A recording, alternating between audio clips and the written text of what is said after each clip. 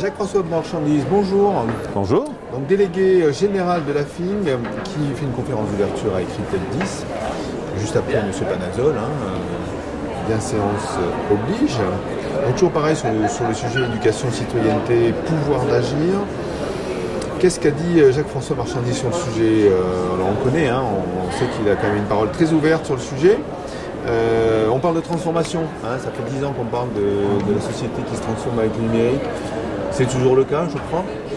Alors c'est toujours le cas, sauf que la pression augmente et que les difficultés peuvent augmenter aussi. Et que dans cette histoire de transformation, moi ce qui me préoccupe beaucoup, c'est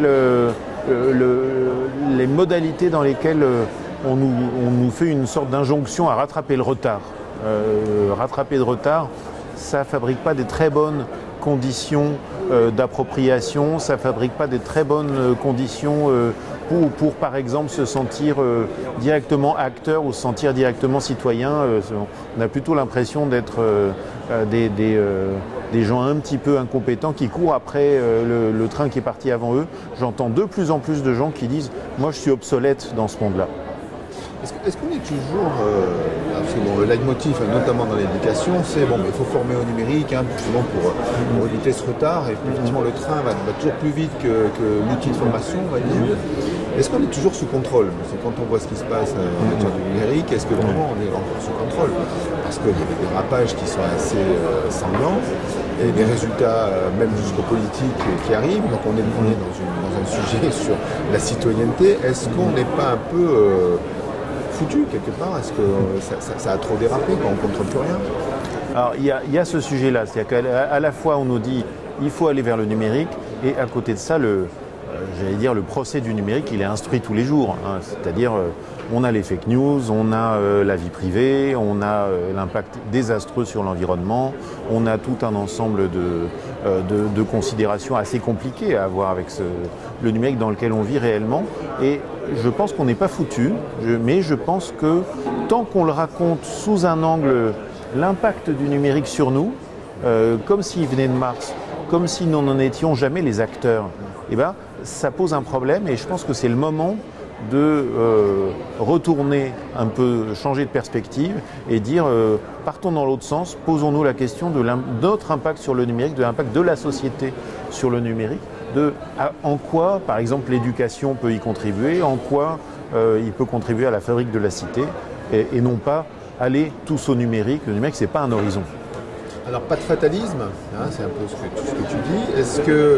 Est-ce qu'on peut rester, alors je sais que le fondateur du World Wide Web s'est positionné il y a très peu de temps sur le sujet.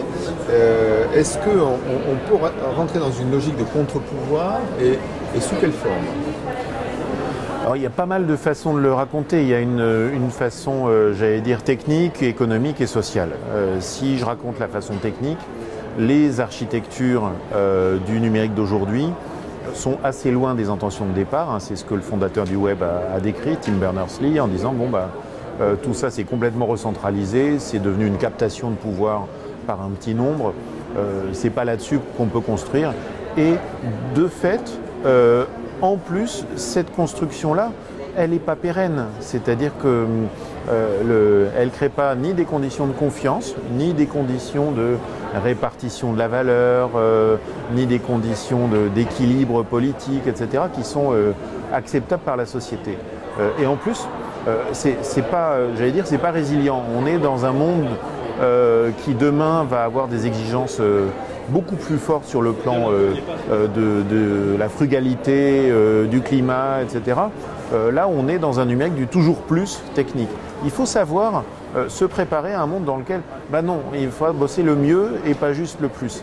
Sur le plan économique, de la même façon, je pense qu'il est temps d'avoir les régulations économiques et fiscales dont on a besoin. Et sur le plan social, je pense que le sujet d'acteurs de l'éducation et d'acteurs de la cité, c'est de se demander comment on donne prise aux gens sur le numérique comme espace de contre-pouvoir, on le voit par exemple quand les consommateurs se saisissent de Yuka Open Food Facts pour dire à la distribution et à l'agroalimentaire, dis donc, trop gras, trop sucré, on a compris. Alors, il y a du positif, hein. Tu cites Yuka, effectivement, tout le monde utilise maintenant son pouvoir de donner son avis sur tel produit. Mais d'un autre côté, il y a le côté, donc, c'est 2 ou 3 entreprises qui avalent le web, hein. C'est un peu ce que disait le fondateur. Donc, c'est aux mains de quelques-uns. Et puis, on dit, il faut rendre public tout ça. Puis d'un autre côté, on a un autre modèle qui est de l'autre côté, côté asiatique, en disant c'est public, hein, c'est nous, et nous contrôlons les citoyens. Donc on est en plein c'est un dilemme, en fait, c'est compliqué cette affaire. Oui, et en fait, il est beaucoup construit sur notre absence de culture numérique. Il est beaucoup construit sur notre tolérance à des choses dont nous ne voulons pas. Et je pense que cette tolérance, elle a des limites, c'est-à-dire que soit elle nous entraîne vers la dépression, soit elle nous entraîne vers des formes constructives de rébellion, en disant est-ce que, par exemple, je peux faire d'autres choix en tant que consommateur, est-ce que je peux rentrer dans ce qu'on appelle la démocratie technique, être plus exigeant sur l'obsolescence des produits, sur le contrôle des algorithmes, sur tout un ensemble de choses. On peut le faire, au fond, l'Europe a commencé à le faire avec la réglementation en matière de données personnelles. Je pense que c'est un exemple qu'il faut poursuivre, mais qu'il ne faut pas poursuivre de façon défensive, qu'il faut poursuivre en disant c'est créateur de valeur et c'est créateur de confiance.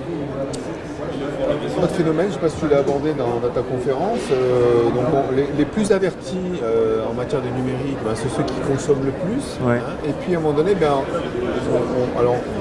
positive, on se dit ce sont des gens qui sont capables de gérer. Puis on voit qu'en fait, ils prennent leur portable et puis ils le coupent et ils font des cures de désintoxication. Absolument. Alors est-ce que ça, c'est pas du tout rassurant quelque part? Ouais, il y a quelques paradoxes comme celui-là, c'est-à-dire qu'au fond, en matière de données personnelles, la CNIL a raconté à quelques reprises que les plus avertis sont les plus inquiets sur la protection de la vie privée.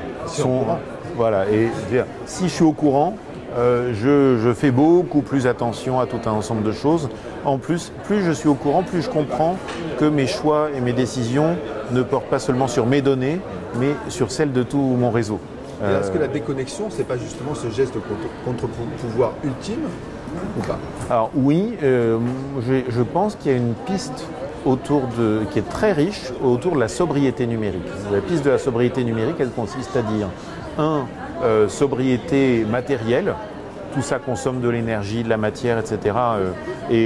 Si je tire le fil de ça, ça veut dire comment j'achète des choses que je saurais réparer, ou comment j'exige progressivement, ou comment nous exigeons, par exemple dans des cahiers des charges des institutions ou des entreprises, que ce qu'on achète en matière numérique soit réparable. C'est déjà énorme. Deuxième chose, c'est l'écologie mentale. C'est comment je fais pour travailler ce qu'on peut appeler les techniques de soi à l'ère numérique, y compris la déconnexion, y compris l'alternance des temps rapides et des temps lents, y compris le fait de faire des choix. Donc comment les pratiques de détox ordinaires, c'est-à-dire demander son chemin aux gens au lieu de regarder Google Maps, tout un ensemble de pratiques vis-à-vis des ondes, tout un ensemble de pratiques vis-à-vis des pulsions liées au numérique, c'est des choses qui nous construisent. Alors que si on ne développe pas ces pratiques, le numérique peut nous détruire. Donc laisser le numérique à sa bonne place, pas plus que ce qu'il doit l'apprendre, arriver à se déconnecter ou pas, et puis revenir sur des choses fondamentaux, l'échange interpersonnel. C'est la médication proposée par Jean-François Marchandise concernant Jacques-François. Chaque fois. Bonjour. Bonne journée. Merci. À chaque fois.